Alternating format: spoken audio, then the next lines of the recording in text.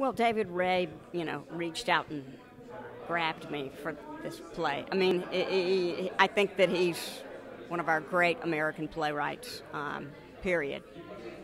So it was a big offer. It was a big honor to be asked to play one of his characters.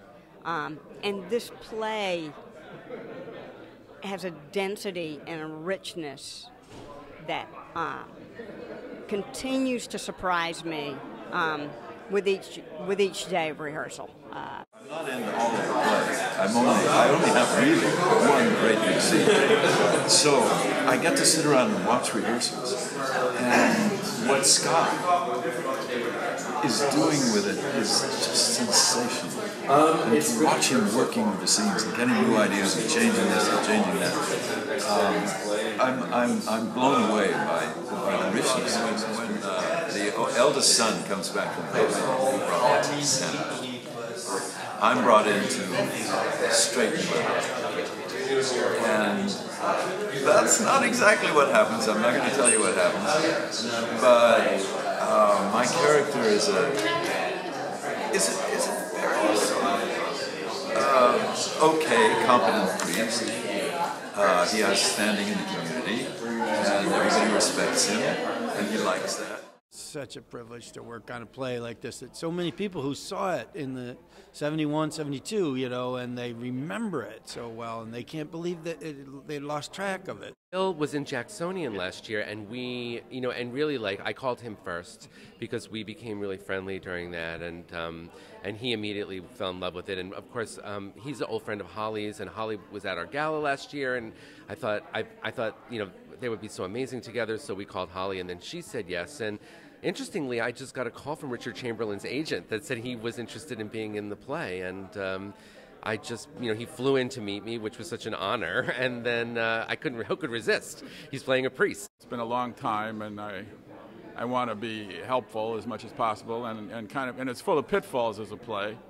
There are many wrong turns you can take, and so far we haven't taken any as far as I'm concerned, but that's partly why I'm here, and it's helpful for them, and there's some tinkering with script logistics, but it's not rewriting, it's just blocking changes or another idea, slight, some minor changes.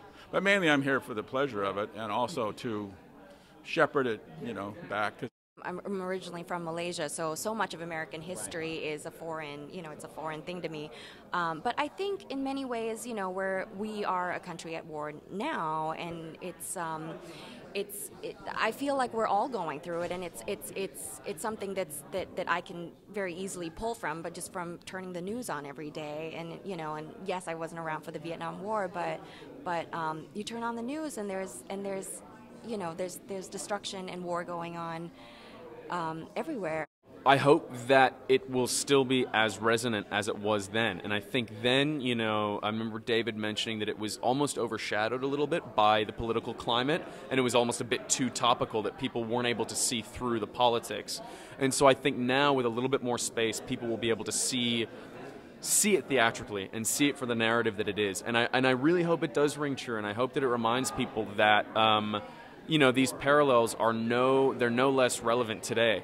And so I hope it does speak to people. I hope a lot of young people come to see it. I think it's very important for young people to come see theater.